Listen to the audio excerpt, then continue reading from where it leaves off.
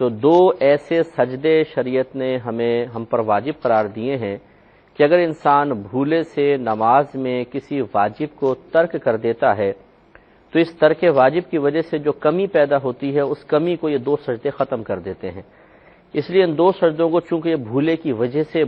وجہ سے واجب ہوتے ہیں، انہیں سجدہ سہو کہا جاتا ہے۔ نماز کے آخر میں صرف سیدھی جانب پہلے اتحیات پڑھیں گے بیٹھ کے، پھر سیدھی جانب سلام پھیر کے دو سجدے کریں گے، پھر بیٹھیں گے، اتحیات پڑھیں گے، درود شریف پڑھیں گے، دعا پڑھیں گے، تو یہ سجدہ سہو کمپلیٹ ہو جائے گا اور جو کچھ کمی پیدا ہوئی تھی اس کا تدارک ہو جاتا ہے۔ کسی نے بغیر سلام پھیرے سجدے کر لیے یا دونوں جانب سلام پھیر کے سجدہ کیے تب بھی سجدہ سہو ہو جاتے ہیں، لیکن یہ دونوں طریقے مکروہ ہیں۔ فقہ حنفی کے روشنی میں صرف سیدھی جانب سلام پھیر کر یہ دو سجدے کیے جاتے ہیں۔ ایک اس میں مسئلہ یہ ہے کہ اگر کسی نے الحمد شریف کا زیادہ تر حصہ پڑھ لیا، 7 آیتیں ہیں، مثلا 4 آیتیں پڑھ لیں اور پھر الحمد شریف کو دوبارہ پڑھا، تو چونکہ یہ قاعدہ ہوتا ہے کہ للاکثر حکم الکل، کہ اکثر کے لیے یعنی کسی بھی چیز کے زیادہ حصے کے لیے کل کا ہی حکم ہے، تو آپ کو یہ مسئلہ تو ذکر کیا تھا کہ اگر الحمد شریف کو پڑھ کر دوبارہ فرضوں کی پہلی 2 رکعتوں میں مثلا دوبارہ اس کی تکرار کر دیتے ہیں تو آخر میں سجدہ سہو لازم ہوتا ہے۔ تو کسی نے اگر الحمد شریف کی 4 آیات کم از کم پڑھ لیں تو یہ اکثر حصہ پڑھ لیا، اور اکثر حصے کے لیے کل کا ہی حکم ہوتا ہے، للاکثر حکم الکل، اکثر کے لیے کل کا حکم ہے، لہذا گویا کہ اس نے زیادہ حصہ پڑھ لیا ہے، اور پھر دوبارہ جب وہ الحمد شریف پڑھے گا تو یہ دوبارہ الحمد شریف پڑھنا کہلائے گا، اور 2 بار الحمد شریف پڑھنے پر سجدہ سہو ہوتا ہے، لہذا آخر میں سجدہ سہو کرنا ہوگا۔ الحمد اور سورت کے درمیان کسی اجنبی کا فاصل نہ ہونا، مطلب کہنے کا یہ ہے کہ الحمد اور سورت کے درمیان کوئی ایسا کوئی فعل نہ کریں کہ جو اجنبی کہلائے، جو نماز سے جس کا تعلق نہ ہو۔ مثال کے طور پہ آپ نے الحمد ختم کی اور آمین کہا، تو یہ تو کوئی اجنبی شے نہیں ہے، الحمد کے بعد آمین کہنا سنت ہے۔ پھر آپ نے سورت سے پہلے بسم اللہ الرحمن الرحیم پڑھی، یہ بھی کوئی اجنبی چیز نہیں ہے بلکہ اس کا تعلق سورت کے ساتھ ہے۔ لیکن اگر یوں ہوا کہ الحمد شریف پڑھنے کے بعد کوئی شخص خاموش کھڑا رہا، جیسے بعض اوقات ہمیں سورت یاد نہیں رہتی، کون سی پڑھوں بھول گئے، اور اس میں کم از کم 3 بار سبحان اللہ کی مقدار وقفہ ہو گیا، جیسے نارمل انداز سے سبحان اللہ سبحان اللہ سبحان اللہ اگر ہم کہیں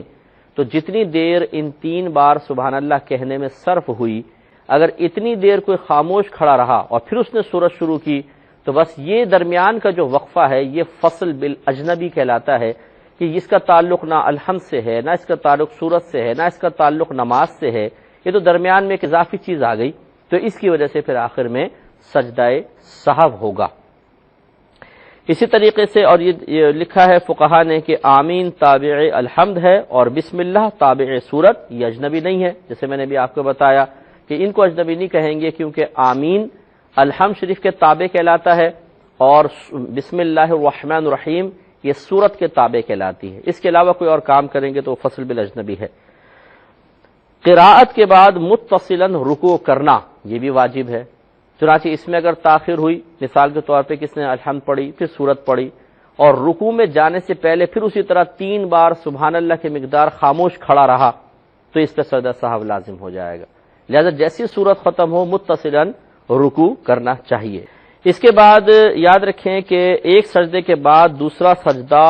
اس طرح ہونا کہ ان کے درمیان بھی کوئی فاصلہ نہ ہو۔ مثال کے طور پہ ایک سجدہ کیا پھر بیٹھے تو 1 بار سبحان اللہ کی مقدار ٹھہرنا چاہیے، اس کو جلسہ کہتے ہیں، اور پھر اگلا سجدہ کر دیتے ہیں۔ لیکن اگر کوئی بیٹھ گیا اور اس میں کوئی ذکر الہی بھی نہیں کر رہا، جیسے یہ ثابت ہے کہ نبی کریم صلی اللہ علیہ وسلم بعض اوقات 2 سجدوں کے درمیان 3 بار رب اغفر لی رب اغفر لی رب اغفر لی فرما دیا کرتے تھے۔ اگر کوئی ذکر الہی باقاعدہ کر رہا ہے تو تھوڑا سا وقفہ ہو سکتا ہے، پھر وہ اگلا سجدہ کر لے، لیکن یہاں صورتحال یہ ہوئی کہ ایک سجدہ کیا پھر بیٹھ گئے،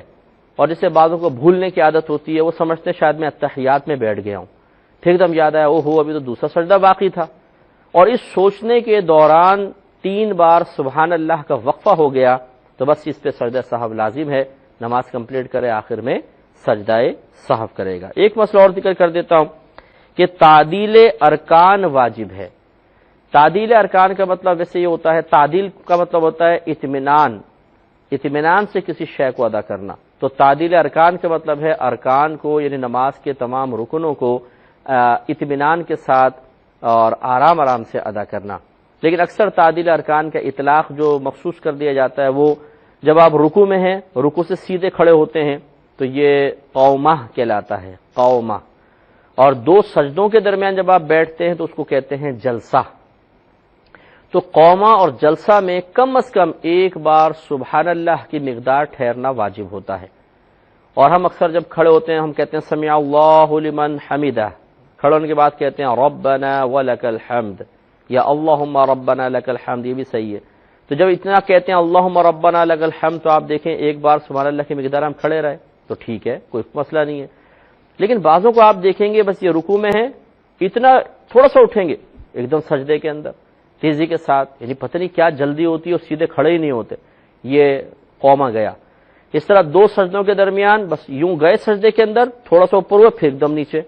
نبی کریم صلی اللہ علیہ وسلم نے اس طرح سجدہ کرنے کو ایک فعل سے تعبیر کیا ہے کہ مرغے کی طرح چونچ زمین پہ مارنا، ٹونگ مارنا، جیسے مرغا یا مرغی دانہ چگ رہے ہو، کبھی آپ نے دیکھا ہے یوں یوں یوں یوں بس تھوڑا سا منہ اٹھتا ہے، پورا یہ نہیں کہ اٹھا کے پھر یوں مارتے ہیں وہ یوں یوں یوں۔ تو یہ جلدی